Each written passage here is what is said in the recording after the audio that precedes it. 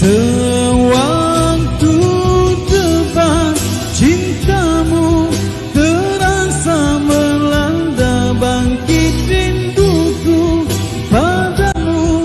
Di ketika itu lalu tersentak diriku, sedari lamunan kini sebenarnya aku telah kau tinggalkan. Ingat dulu saya itu boleh.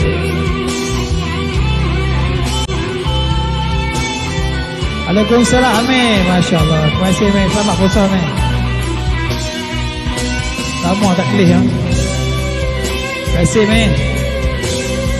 Siapa nak beri terpawai DM Amir, DM Amir. Tengok TikTok dah. Murah dan padu. Dan support Amir, support Amir.